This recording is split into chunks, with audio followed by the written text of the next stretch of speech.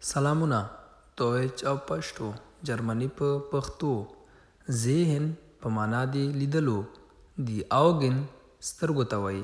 په سترګو باندې موږ څه کوو لیدل کوو د مثال په ډول ich sehe dich Ahmad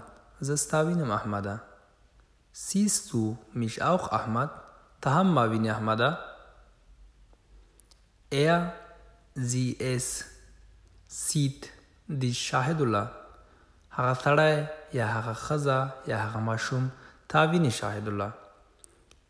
wir sehen euch مونږ تاسو وینو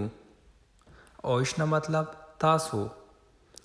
ihr seht ihn یا احمد هغوی یا تاسو احمد وینئ sie sehen uns